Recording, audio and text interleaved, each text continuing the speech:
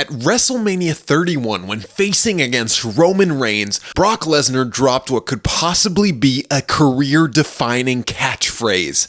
Suplex City, bit by bit, became what Lesnar is associated with, so it makes sense that this Gamestop release, which is subtly tied into WWE 2K17, which features Lesnar on the cover, would be a commemorative Suplex City edition. For packaging, he comes in the contemporary WWE Elite packaging.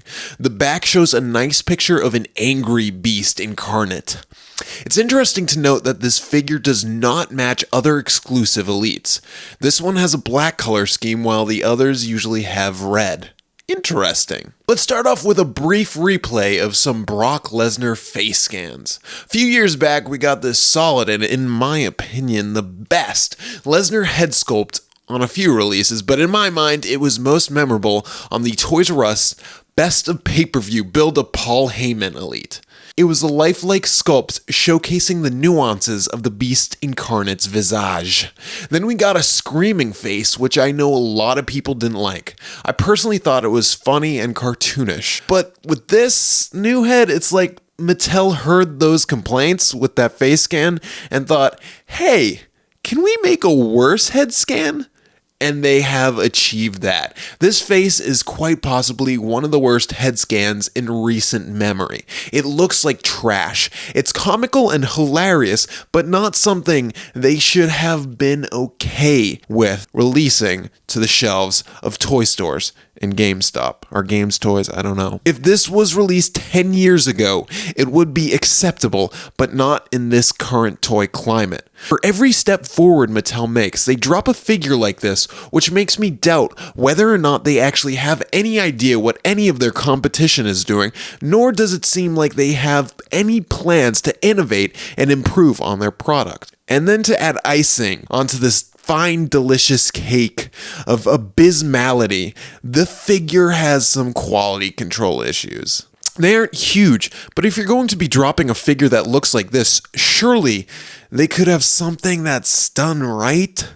On his face, he has some damaged plastic over his left eyebrow, and some paint errors there too. There are some paint marks on his body as well, and some paint peeling on his gloves. Speaking of his gloves, when looking at a basic, you can tell that they put the text in strategic position. On this Elite, nope. They threw those parts wherever they want, and it really does not look that great. This figure is bad. Let's talk accessories. Included in this exclusive GameStop Brock Lesnar Suplex City release is, of course, his Suplex City shirt. Unfortunately, Brock Lesnar wears sleeveless shirts.